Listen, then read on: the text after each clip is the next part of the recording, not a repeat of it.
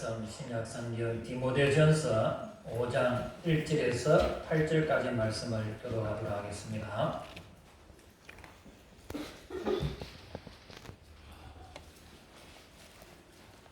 제가 가진 성경 신약 340페이지 디모데전서 5장 1절에서 8절까지 말씀입니다. 신약성경 340페이지 찾으신 줄 알고 하나님 말씀을 들읍시다. 늙은이를 꾸짖지 말고 권하되 아버지에게 하듯 하며 젊은이에게는 형제에게 하듯 하고 늙은 여자에게는 어머니에게 하듯 하며 젊은 여자에게는 온전히 깨끗함으로 자매에게 하듯 하라. 참 가부인 과부를 존대하라. 만일 어떤 과부에게 자녀나 손녀들이 있거든 그들로 먼저 자기 집에서 보혈을 행하여 부모에게 돌아가기를 배우게 하라. 이것이 하나님 앞에 받으실 만한 것이니라. 참 가부로서 외로운 자는 하나님께 소망을 두어 주야로 항상 간구와 기도를 하거니와 방약을 좋아하는 자는 살았으나 죽었느니라. 내가 또한 이것을 명하여 그들로 책망받을 것이 없게 하라. 누구든지 자기 친족 특히 자기 가족을 돌보지 아니하면 믿음을 배반한 자요 불신자보다 더 악한 자니라. 아멘. 어르신들은 건강한 것이 좋지 않겠습니까? 옆 사람과 인사하실 때 건강하게 오래오래 사세요. 시작. 건강하게 오래오래 사세요. 한 번 더 인사하겠습니다. 말씀의 은혜 많이 받으시기를 바랍니다. 오늘은 어버이 주일입니다. 어버이 주일로 지키는 모든 성도들과 가정 위에 특별히 연세가 많으신 우리 어르신들 위해 하나님의 은혜와 복이 넘치기를 주님의 이름으로 축원합니다. 흔히 말하기를 부모님은 하나님의 대리입니다. 이렇게 말을 합니다. 하나님을 대신해서 우리에게 몸을 주셨고 생명을 주셨고 사랑을 주신 분이 부모님이십니다. 부모님의 그 사랑과 은혜는 값으로 매길 수도 없고 청량할 수도 없고 갚을 수도 없는 귀하고 귀한 것이죠. 그래서 어버이 노래를 보면은 하늘 아래 그 무엇이 넓다 하리요. 하늘 아래 가장 넓은 것은 어버이의 희생이고 땅 위에 가장 높은 것은 어버이의 은혜이므로 끝이 없다라고 노래를 합니다. 또 어떤 이는 이렇게 노래합니다. 높고 높은 것이 하늘이라 하지만 나시고 기르시는 어머님 은혜는 하늘보다 더 높은 것 같고 넓고 넓은 것이 바다라고 하지만 사람들아 이르시는 어머님 은혜는 푸른 바다 그보다도 더 넓은 것 같다라고 노래를 합니다. 여러분, 우리를 위해서 모든 것을 다 주셨던 그 부모님의 은혜를 다시 한 번 더 기억하면서 부모님이 안 계시는 분은 자녀에게 부모님에게 받은 그 사랑을 잘 전하시고 또 아직 부모님이 살아 계신 분이 계신다면 시간이 있을 때 여러분이 후회하지 않을 만큼 최선을 다해서 부모님을 잘 섬기시기를 바랍니다. 이 디모데전서는 바울이 로마 감옥에서 석방되고 난 다음에 저 에베소 교회에 목회하고 있는 디모데에게 편지한 목회의 서신이라 할 수가 있습니다. 1장부터 여러 가지로 권면하는데 우리가 읽은 5장에서는 교회 안에 다양한 연령대에 있는 사람들, 이 다양한 사람들을 어떻게 섬겨야 할까, 어떻게 대해야 하는가에 대해서 권면을 하는데 오늘은 어버이 주일이기 때문에 부모님에 대해서 또 연세 많으신 분들을 어떻게 대해야 하는지에 대해서 본문을 중심으로 말씀을 나누고자 합니다. 4절 중반에 보면은 먼저 자기 집에서 효를 행하여 부모에게 보답하기를 배우게 하라. 여기 효를 행한다. 이 말은 헬라어로 유세베오라고 말을 합니다. 이 말은 존경과 경건한 태도로 섬긴다, 그런 의미가 있습니다. 이 유세비어라는 단어가 사도행전 17장 23절에 나오는데 위한다라는 단어로 표현이 되어 있습니다. 여기 위한다 이 말은 사람을 위하는 것이 아니라 신을 위한다라고 표현합니다. 그러니까 신을 섬긴다는 것이죠. 그러니까 부모에게 효를 행한다는 것은 하나님을 섬기듯이 부모를 섬겨라, 그것이 효다라고 말씀하고 있습니다. 이것이 하나님이 받으실 만한 향기로운 것이라고 말씀하고 있습니다. 부모를 공경하고 돌보는 일은 하나님이 기뻐하시는 일이라는 것입니다. 그러니까 이 말씀은 단순히 효를 좀 행해라 이 말씀이 아니라 부모와 가족을 책임지고 섬기는 것은 성도로서 마땅한 도리요 삶의 열매라는 것입니다. 그런데 이 효를 먼저 자기 집에서부터 행하라고 말씀합니다. 4절에 보면은 그들로 먼저, 여기 먼저라는 것은 이중적인 의미가 있죠. 나중이 있다는 것입니다. 효를 행하되 먼저 자기 집에 있는 부모에게, 가족에게 먼저 하고 난 다음, 그 다음 이웃 사람들에게, 교회 안에 누구든지 자기보다 나이가 많은 사람을 공경하라, 그런 의미입니다. 교회 안에서도 마찬가지입니다. 교회 안에서 우리 부모 세대에 계시는 분들을 향해서 자신을 기준으로서 부모 세대에 계신 분들을 하나님을 섬기듯이 잘 공경하라 라는 말씀입니다. 그런데 그러면 어떻게 하는 것이 효를 행하는 것일까?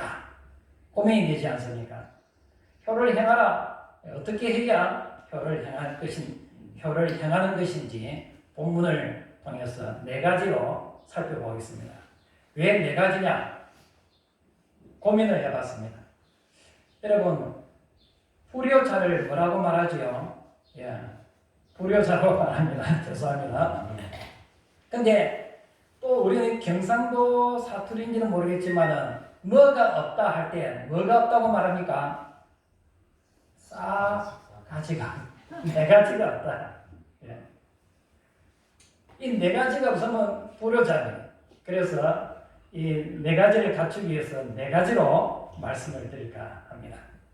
첫째, 부모에게 효를 행하는 길은 부모의 은혜에 보답하는 것입니다. 4절을 다 같이 읽어보겠습니다. 4절 시작. 만일 어떤 가부에게 자녀나 손자들이 있거든 그들로 먼저 자기 집에서 효를 행하여 부모에게 보답하기를 배우게 하라. 이것이 하나님 앞에 받으실 만한 것이니라. 예, 여기 보답하다 이 말은 갚는다, 되돌려준다, 넘겨준다, 그런 의미입니다. 그러니까 효를 행한다는 말은 부모에게 받은 사랑, 그 은혜를 다시 되돌려주는 것입니다. 어떤 분은 나는 부모에게 땡전 한 번 안 받았는데요, 받은 것이 하나도 없습니다. 그렇게 말씀하는 분이 있습니다.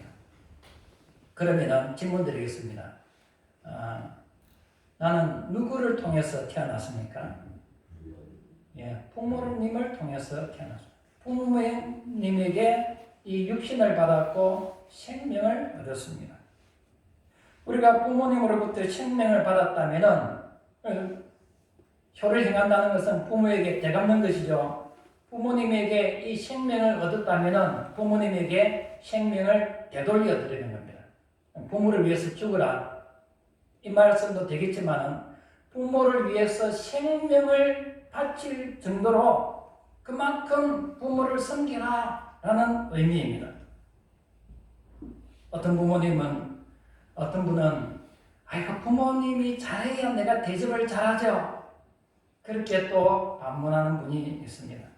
그래서 부모 되시는 분들에게 자녀에게 대접을 잘 받는 비결을 말씀드릴까 합니다. 예.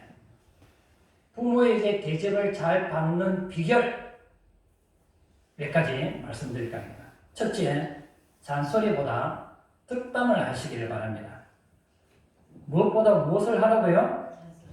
예. 대부분의 부모님들은 자녀가 전화가 오면은 아니면 찾아오면은 걱정부터 하지요. 밥은 먹었나? 건강하나? 예, 여기까지는 좋습니다. 근데 그 다음부터 이제 잔소리가 시작이 됩니다. 불평하고 짜증을 내고 그러면 자녀들이 전화하고 싶을까요? 전화 안 하고 싶을까요? 전화 안 하고 싶습니다.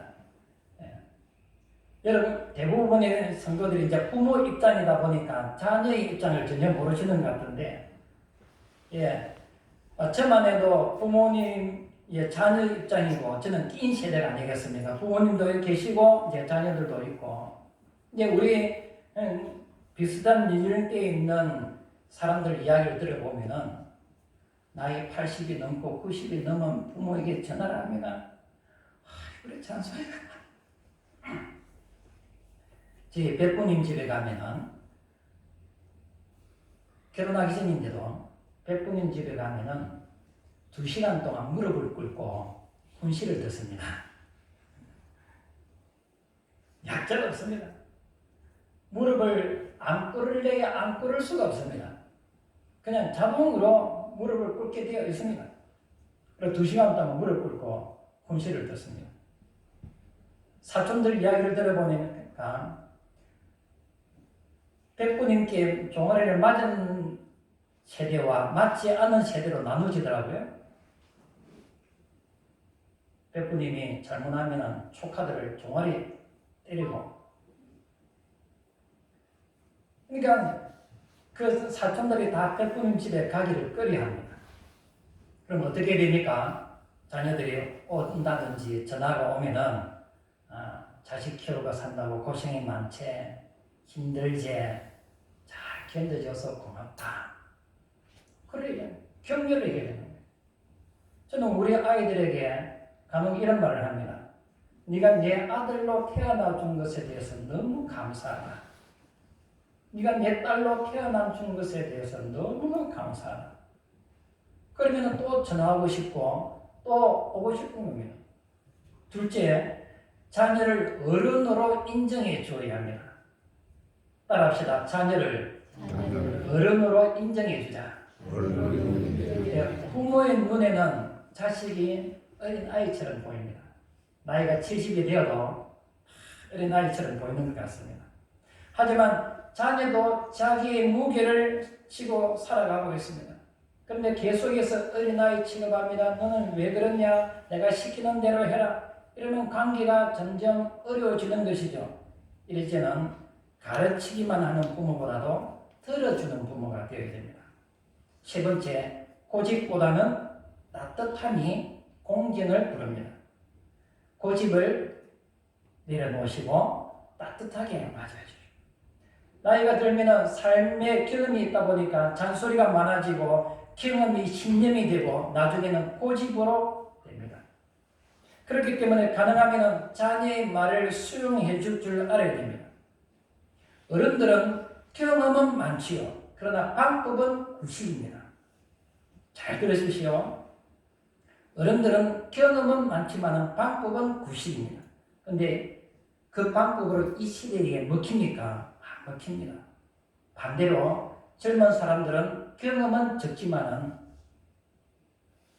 정보력은 우리보다 훨씬 더 뛰어납니다. 옛날에는 지도책 펴놓고 어디를 갈까 고민했지요. 지금은 스마트폰 하나 가지고 세계 골목골목을 다닙니다. 스마트폰 하나 가지고 가만히 앉아서 세계 어느 골목이든 다 쳐다볼 수도 있습니다. 그런 시대입니다. 그러므로 내 것만 고집할 것이 아니라 내 것을 내려놓고 따뜻하게 품어줄 때에 자녀를 인정해 줄 때에 자녀가 부모를 공경하게 되는 것입니다. 네 번째, 무엇보다도 믿음의 뒷모습을 남겨야 합니다. 부모로서 자녀에게 남겨야 할 가장 큰 유산은 돈이 아니라 믿음입니다. 우리 부모님은 하나님 붙들고 사셨다. 우리 부모님은 하나님 의지하고 사셨다. 이 기억이 가장 오래 갑니다. 새벽마다 기도하시던 그 모습, 어려워도 예배를 놓치지 않던 그 모습, 자랑같이만 들으십시오. 지금은 제가 그렇게 하지는 못하지만 그러나 저희 아버지께서 주무시기 전에 항상 기도를 하십니다. 항상 기도를 하십니다. 하루 일과를 정리하면서 기도하십니다. 그 기도하는 모습이 생생합니다. 원망하기보다는 감사하는 모습, 끝까지 자녀들을 믿어주고 이해해주던 그 모습, 그 믿음의 뒷모습이 자녀의 마음속에 평생 간다는 것이죠. 여러분, 자녀는 완벽한 부모보다는 자기를 이해해주고 품어주는 그 부모를 더 그리워합니다. 그래서 우리는 마음은 계속 가르쳐주고 싶죠. 이렇게 하면 된다. 그것보다는 많이 축복해주는 부모가 되시기를 바랍니다. 사랑한다, 수고했다, 네가 와줘서 고맙다, 하나님의 은혜가 너에게 있을 것이다. 그 한마디가 다친 자녀의 마음문을 열게 되는 것입니다. 바라기는 여러분의 가정을 하나님의 사랑으로 충만한 가정으로 만들어 가시기를 주님의 이름으로 축원합니다. 또 부모에게 보답하기를 배우게 하라라고 말씀합니다. 자녀 손들이 효가 무엇인지, 부모 공경이 무엇인지 보고 듣고 배워야 그들도 행할 수 있지 않겠습니까? 효자 집에 효자 난다고 내가 먼저 실천을 해내는 것입니다. 우리가 잘 아는 이야기가 있습니다. 나무 주발 이야기. 부모가 나이가 많아서 음식을 흘리고 그릇을 깨뜨리니까 아들이 나무로 그릇을 만듭니다. 같이 식사도 안 하고 나무로 그릇을 만든 것 가지고 부모의 밥상을 차립니다. 그런데 어느 날 자기 아들이 나무 주발을 깎고 있는 겁니다. 뭐하니? 하니까 아들이 뭐라고 말한다고요? 아버지가 할아버지를 위해서 나무 주발을 만들어 드리듯이 언젠가 아버지도 할아버지 연세가 되면 이 나무 주발이 필요할 것 같아서 제가 지금 나무 주발을 깎고 있습니다. 숙종 임금의 유명한 이야기가 있죠. 효는 흉내만 내어도 효자다. 그렇습니다. 부모님에 대한 효는 시대가 바뀌고 사람이 바뀌어도 사람이라면 반드시 행해야 하는 것입니다. 특히 하나님을 섬기는 사람이라면 하나님을 섬기는 것처럼 부모에게 효를 다하라고 말씀하고 있습니다. 여러분, 하나님을 섬기듯이 부모님을 섬기면서 살아가는 효자가 되시기를, 효녀가 되시기를 주님의 이름으로 축원합니다. 어른은 어른답게 행동함으로 공경을 받고 또 젊은 사람은 믿음 안에서 부모님이나 어른들을 잘 공경해서 행복한 가정 또 아름다운 교회를 만들어가는 저와 여러분이 되기를 주님의 이름으로 축원합니다. 두 번째, 순종함으로 효를 행해야 합니다. 골로새서 3장 20절에 자녀들아 모든 일에 부모에게 순종하라. 이는 주 안에서 기쁘게 하는 것이라. 여기 순종이란 말은 귀를 기울여 듣는다, 그런 의미가 있습니다. 순종은 부모님의 말씀에 귀를 기울여 듣는 것입니다. 하나님께 순종한다는 것은 하나님 말씀에 귀를 기울여 듣는 것입니다. 듣는 데서부터 순종이 시작되는 것입니다. 그런데 부모님의 말씀에 귀를 기울여서 순종하라 이런 말을 들으면 어떤 마음이 드십니까? 꼭 순종해야 되나요? 부모님의 말씀이 항상 옳은 것은 아닌데요. 시대가 뒤떨어졌습니다. 고리타분합니다. 이런 생각들을 하게 됩니다. 그런데 하나님은 단순히 부모가 완벽하니까 순종하라 이런 말씀이 아닙니다. 부모에게 순종하는 것이 하나님을 향한 믿음의 태도이기 때문에 순종하라라는 것입니다. 진리를 떠나지 않는 한, 하나님 말씀에 위배되지 않는 한 그 부모의 말씀에 귀를 기울이면서 들어주는 겁니다. 순종하는 것입니다. 순종할 때에 억지로 하는 것이 아니라 기쁜 마음으로 순종해야 됩니다. 우리 예수님께서 하나님의 말씀에 순종하실 때 어떻게 하십니까? 십자가를 지라고 하셨을 때 억지로 지는 것이 아니라 기쁨으로 지셨습니다. 어느 가정에 두 아들이 있습니다. 어머니가 말합니다. 얘들아 설거지 좀 해라. 근데 첫째 아들은 왜 하필 나만 시킵니까? 하면서 투덜투덜하면서 그릇이 깨지라 막 설거지를 해제합니다. 근데 둘째는 자신도 좀 몸이 피곤하지만 엄마 힘드시죠? 알겠습니다. 설거지를 합니다. 그러면 누가 어머니의 마음을 기쁘게 했을까요? 둘째입니다. 이와 같이 부모님의 말씀에 순종할 때에 기쁨으로 해야 하나님이 기뻐하시는 것입니다. 또 순종은 작은 일에서 시작이 됩니다. 많은 사람은 큰 일에 충성하고 싶어 하지요. 하지만 부모님도 하나님도 작은 일에 순종하고 충성하는 것을 더 기뻐하십니다. 작은 일이 무엇입니까? 다녀오겠습니다. 전화하는 것. 부탁받은 일을 미루지 않는 것. 저 멀리 있는 아들에게 몇 달 전에 부탁을 했는데 안 들어줘요. 그죠? 안 들어줘요. 그런데 가까이 있는 이웃에게 부탁을 하면 대번에 들어줍니다.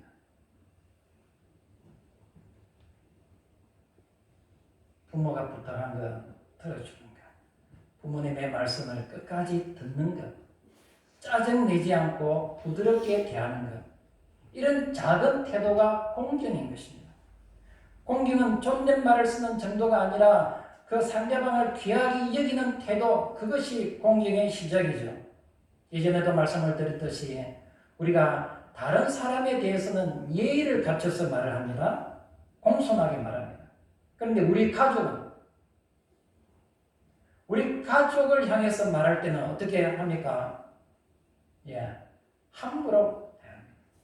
함부로 말합니다.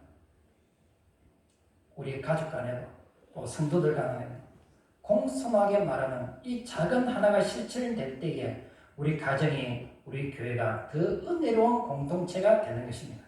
바라기는 부모님께 순종하고 하나님께 순종함으로 하나님을 기쁘시게 하는 저와 여러분이 되기를 주님의 이름으로 축원합니다.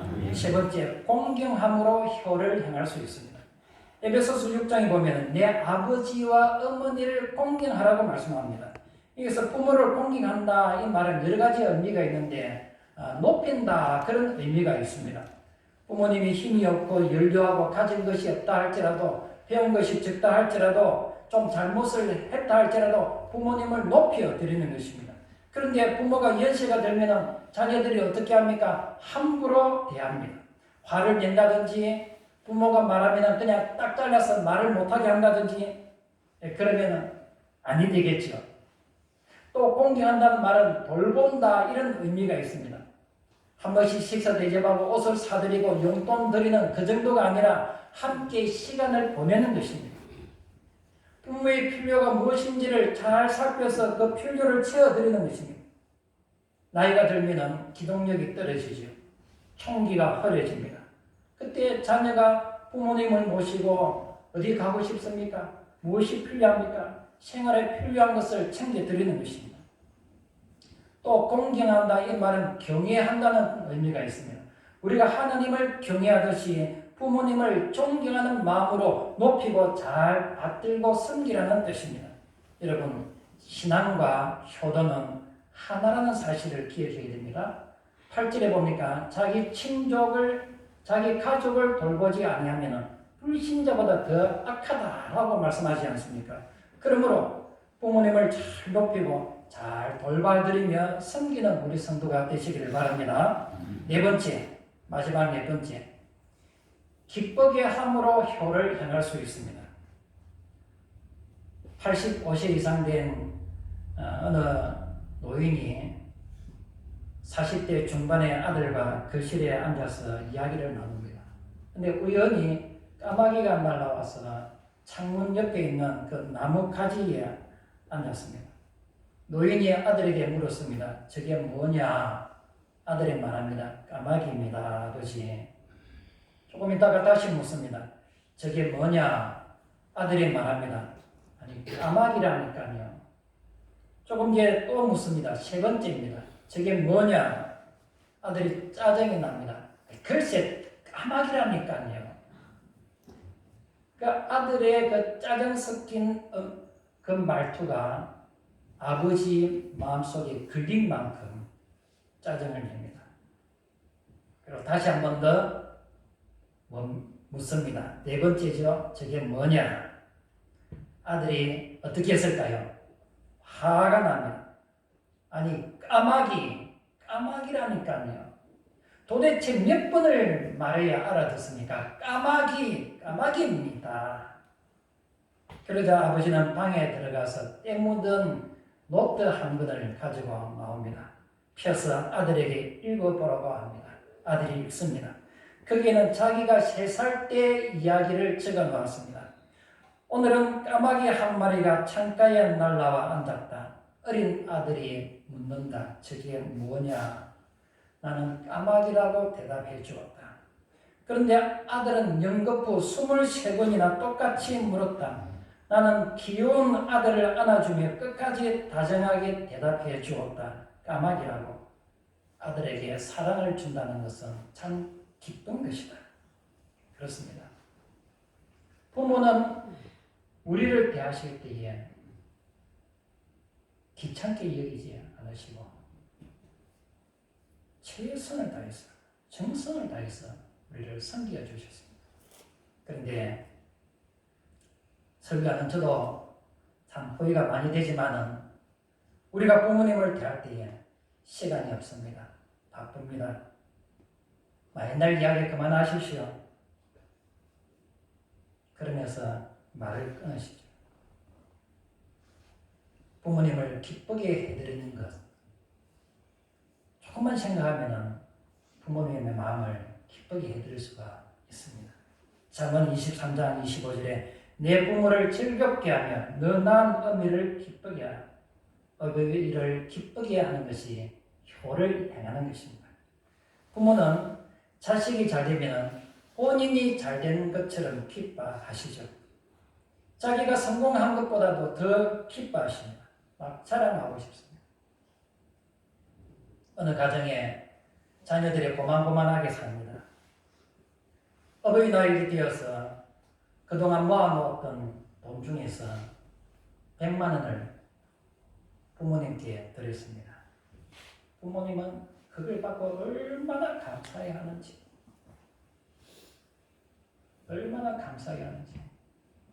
동네에 나갔습니다. 우리 자녀들이 우리를 위해서 평소에 우리가 병원에 가면은 병원비 하라고 그래 자기들끼리 돈을 모았는데 그 돈 중에 뚝 떼가지고 이번 어버이날에 나한테 가져왔더라. 금액은 말 안 하고 금액은 말은 절대 안 하고 나에게 그 목돈을 가져왔더라. 동네 막내 자랑을.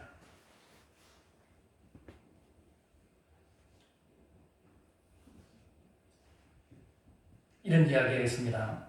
어느 아버지가 5 남매를 대학 공부시키고 결혼까지 시켰습니다. 이제 나이가 많아지면서 몸이 약해지더니 결국 중환병에 걸렸습니다. 살 날이 얼마 남지 않았다고 생각한 이 아버지는 아들과 며느리, 딸 사위를 불러들였습니다. 그리고 말을 꺼냅니다. 사실은 내가 사업을 하다가 빚을 졌는데 이자까지 합쳐서 7억이나 된다. 그렇다고 이 빚을 남기고 죽을 수는 없고 그래서 너희들에게 좀 미안하지만 이 빚을 갚을 수 있도록 돈을 좀 줬으면 좋겠다. 각자 내 빚을 갚을 수 있도록 돈을 좀 주는데 종이에 써라. 얼마 갚을 수 있을는지 종이에 써라. 아버지의 말에 아무 말도 못하고 있던 자녀들이 서로 눈치만 봅니다. 근데 한참 만에 그 중에서 가장 못 사는 아들이 5천만 원 적습니다. 다른 형제들도 마지못해서 2천만 원, 1,000만 원, 1,500만 원 이런 식으로 적습니다. 몇 달 후에 다시 아버지가 자녀들을 소집합니다. 자녀들이 오면서 또 무슨 말씀을 하시려고 그러시는가 걱정을 하면서 모였습니다. 아버지가 입을 엽니다. 그동안 고민을 많이 했다. 유산 조금 남은 것 가지고 내가 죽은 후에 너희들이 서로 싸울까봐 고민을 많이 했다. 지난번에 너희들이 내 빚을 갚기 위해서 다 종이에 적었는데 내 유산은 그 종이에 적은 액수의 5배로 계산을 해서 주겠다. 그제서야 자녀들이 후회합니다. 아버지 빚을 갚을 때 1억을 내놓겠습니다 했더라면 5억을 받는 것 아니겠습니까? 다들 후회했다는 거죠. 심은 대로 거둔다고. 우리가 부모님을 위해서 심으면 그대로 거둡니다. 우리가 하나님 아버지 앞에 심으면 그대로 거두게 됩니다. 나에게 생명을 주시고 나를 키워주신 부모님의 사랑과 우리에게 영생을 주시고 영원한 나라의 유업을 주신 하나님 아버지께 받은 그 은혜를 기억하시고 순종함으로 공경함으로 하나님을 기쁘시게 함으로 주님의 은혜에 보답하며 살아가는 저와 여러분이 되기를 주님의 이름으로 축원합니다. 아멘. 찬송하겠습니다.